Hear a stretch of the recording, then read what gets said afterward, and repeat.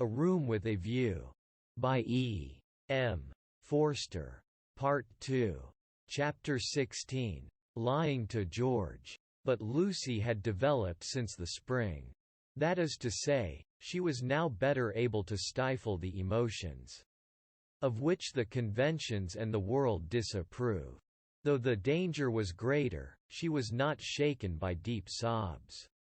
She said to Cecil, "I am not coming in to tell mother I must write some letters," and went up to her room. Then she prepared for action. Love felt and returned. Love which our bodies exact and our hearts have transfigured. Love which is the most real thing that we shall ever meet, reappeared now as the world's enemy, and she must stifle it. She sent for Miss Bartlett. The contest lay not between love and duty. Perhaps there never is such a contest.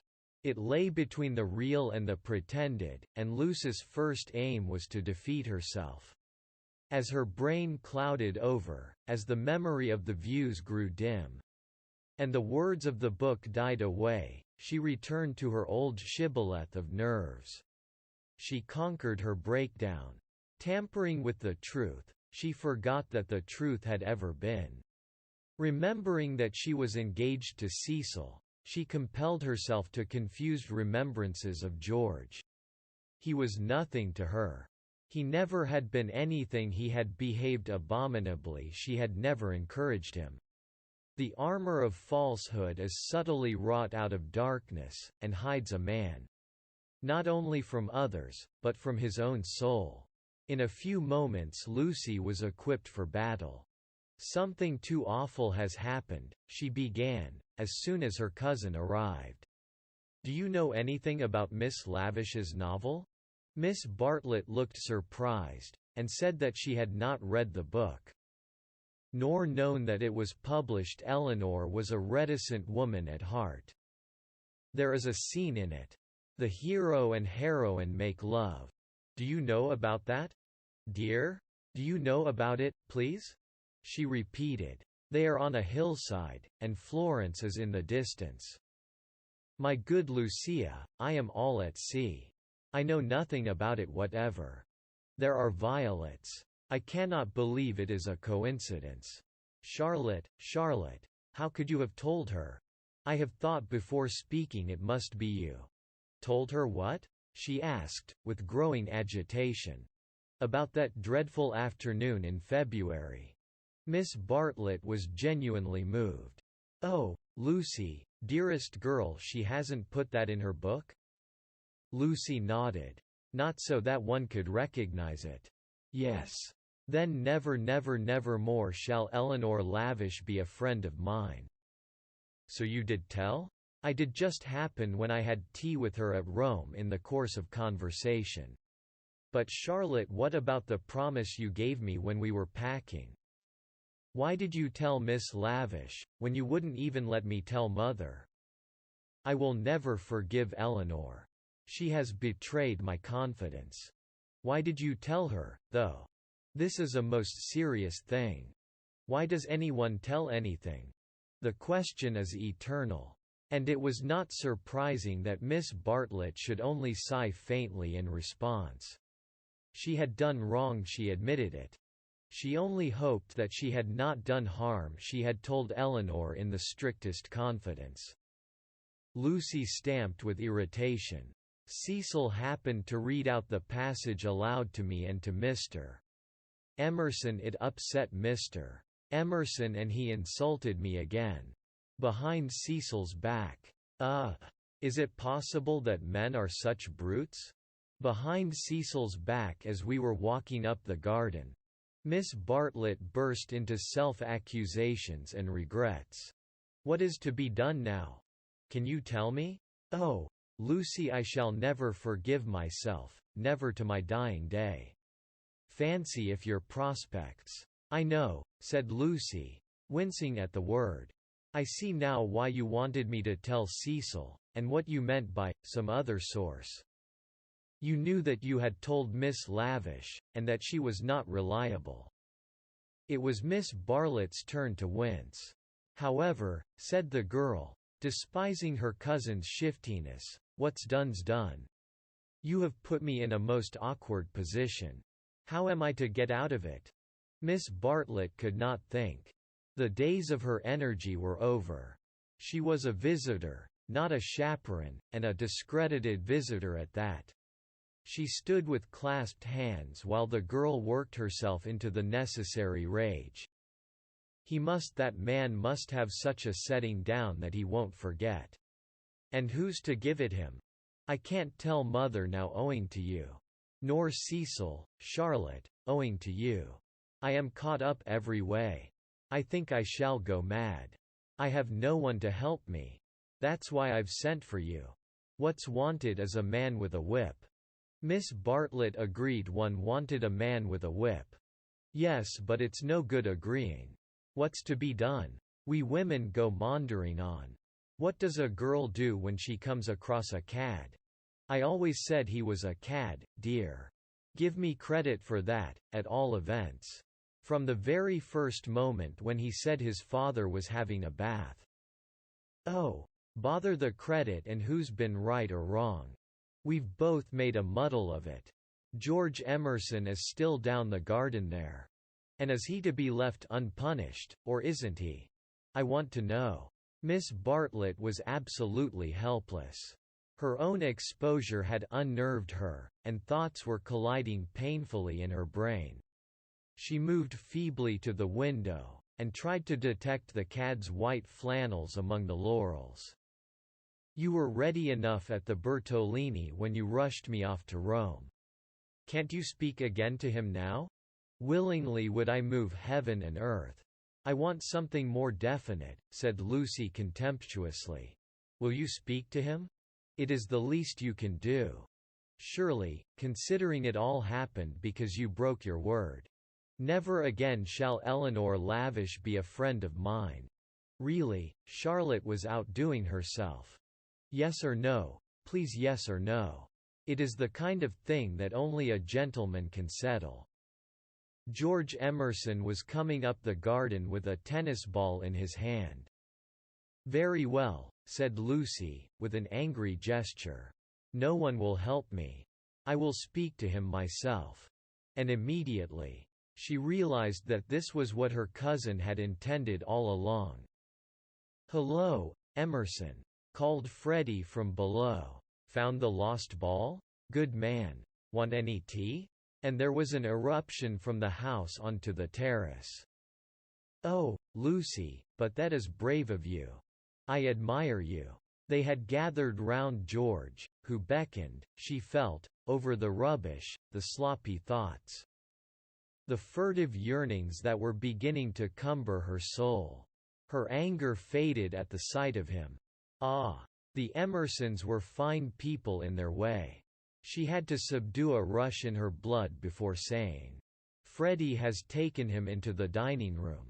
The others are going down the garden. Come. Let us get this over quickly. Come. I want you in the room, of course. Lucy, do you mind doing it? How can you ask such a ridiculous question?" Poor Lucy, she stretched out her hand. "I seem to bring nothing but misfortune wherever I go." Lucy nodded. She remembered their last evening at Florence, the packing, the candle, the shadow of Miss Bartlett's toque on the door. She was not to be trapped by pathos a second time.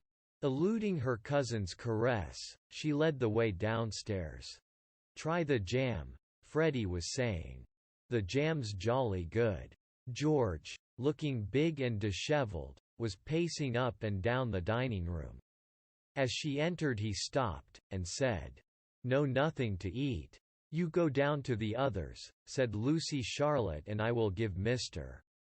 Emerson all he wants. Where's mother?" "She started on her Sunday writing. She's in the drawing room." "That's all right.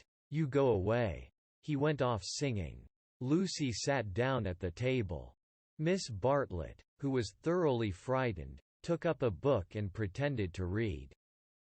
She would not be drawn into an elaborate speech. She just said, "I can't have it, Mr. Emerson. I cannot even talk to you. Go out of this house, and never come into it again as long as I live here." Flushing as she spoke and pointing to the door. "I hate a row. Go please." "What? No discussion." "But I can't." She shook her head. "Go, please. I do not want to call in Mr. Weiss." "You don't mean," he said, absolutely ignoring Miss Bartlett, "you don't mean that you are going to marry that man?" The line was unexpected. She shrugged her shoulders, as if his vulgarity wearied her. "You are merely ridiculous," she said quietly. Then his words rose gravely over hers. "You cannot live with Weiss. He's only for an acquaintance. He is for society and cultivated talk. He should know no one intimately, least of all a woman." It was a new light on Cecil's character. "Have you ever talked to Weiss without feeling tired?" "I can scarcely discuss." "No, but have you ever?" "He is the sort who are all right so long as they keep to things books. Pictures but kill when they come to people. That's why I'll speak out through all this muddle even now. It's shocking enough to lose you in any case. But generally a man must deny himself joy. And I would have held back if your Cecil had been a different person. I would never have let myself go. But I saw him first in the National Gallery, when he winced. Because my father mispronounced the names of great painters. Then he brings us here, and we find it is to play some silly trick on a kind neighbor. That is the man all over playing tricks on people, on the most sacred form of life that he can find. Next, I meet you together, and find him protecting and teaching you and your mother to be shocked. When it was for you to settle whether you were shocked or no. Cecil all over again. He daren't let a woman decide. He's the type who's kept Europe back for 1,000 years.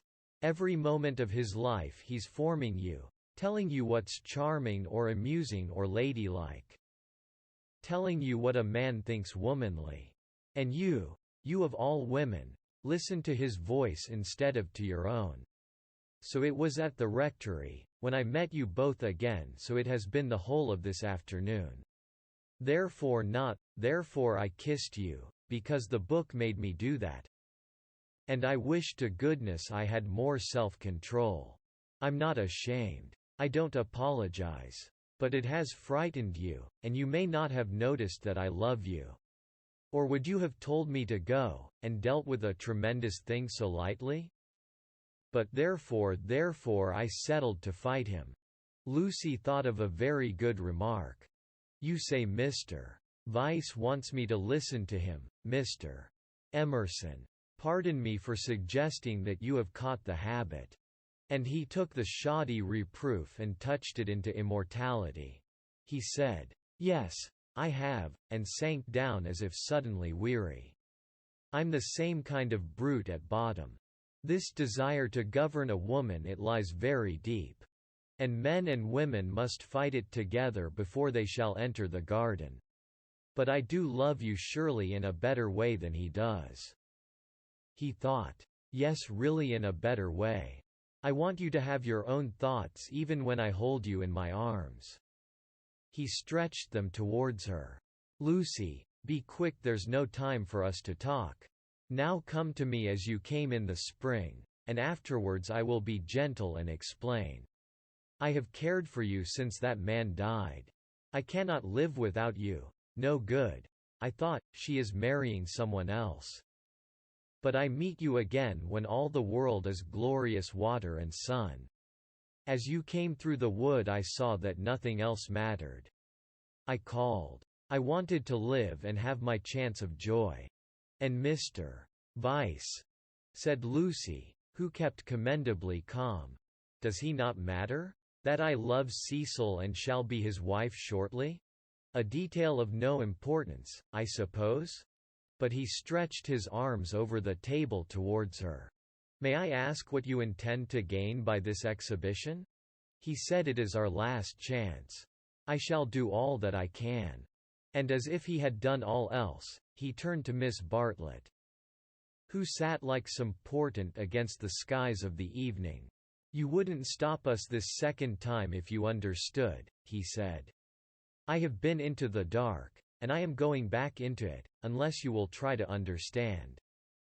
Her long, narrow head drove backwards and forwards, as though demolishing some invisible obstacle. She did not answer. "It is being young," he said quietly, picking up his racket from the floor and preparing to go. "It is being certain that Lucy cares for me really. It is that love and youth matter intellectually." In silence the two women watched him. His last remark, they knew, was nonsense, but was he going after it or not? Would not he, the cad, the charlatan, attempt a more dramatic finish? No. He was apparently content. He left them, carefully closing the front door, and when they looked through the hall window, they saw him go up the drive and begin to climb the slopes of withered fern behind the house. Their tongues were loosed, and they burst into stealthy rejoicings. "Oh, Lucia, come back here! Oh, what an awful man!" Lucy had no reaction, at least, not yet. "Well, he amuses me," she said. "Either I'm mad, or else he is, and I'm inclined to think it's the latter. One more fuss through with you, Charlotte. Many thanks. I think, though, that this is the last. My admirer will hardly trouble me again. And Miss Bartlett, too," essayed the roguish. "Well, it isn't everyone who could boast such a conquest, dearest, is it? Oh, one oughtn't to laugh, really. It might have been very serious.